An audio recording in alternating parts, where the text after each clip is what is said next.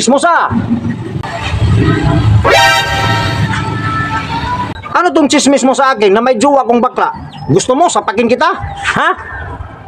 Bakit? Wala? May ebidensya ka ba? Kung wala kang magawa sa buhay, huwag kang makialam sa buhay ng ibang tao. Chismosa ka talaga. So, ang ibig mong sabihin ay sinungaling ako. Ha? Bakit? May ebidensya ka ba na may jowa kong bakla? Siyempre, ako pa. Oh, nasaan yung ebidensya mo? Ayusin mo yung bunganga mo ha. Baka masuntok ko yan. Ha? Marites. Alam mo, Roberto, kung sa larangan lang ng chismisan, ako ang bida dyan. Kasi kung paramihan lang ng chismis, full storage na ito. Ha? Kaya kong alamin ang kasulok-sulukan ng buhay mo, Roberto. Ha? Sa larangan ng chismisan, kaya ko ding alamin kung sino ang nobya ng lolo mo noong World War II. Kaya, wag mo akong pakialaman dahil profesyon ko ito, Roberto. Nag-almusal ako ng chismisan. Kaya, wala kang maitatago sa akin na sikreto. Baka kasuhan kita dyan. Wala kong jowa na bakla. Bakit? Hindi mo ba jowa si Erika?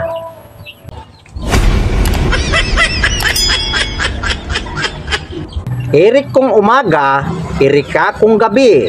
Sa edad na 35, nagladlad sa edad na 25 at nakatira sa Nabal, may kotse na pula, may scooter at may sandal na pink.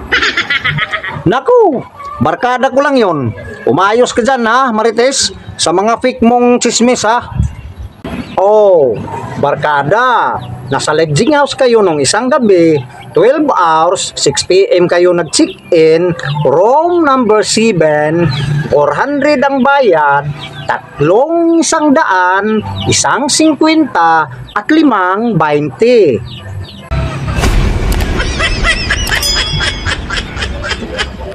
May dala ka pang pansit, 1 nature spring na tubig at 2 BB oil.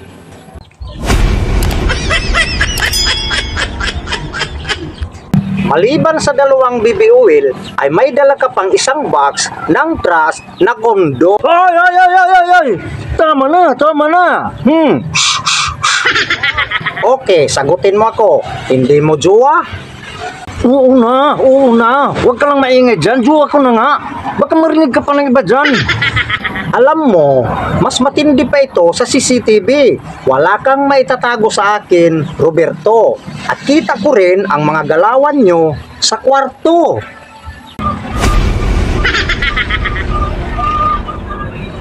At tanong ko lang sa'yo, sino ba talaga sa inyong dalawa ang bakla? Kasi nakita kitang pinato. Oy, tumigil ka na, baka may makarinig sa'yo. Okay, walang problema. Dahil wala naman akong sweldo dyan. Wala ba akong pang-snack dyan? Oh, ito, 10K. Tumigil ka lang ha. Ayusin mo.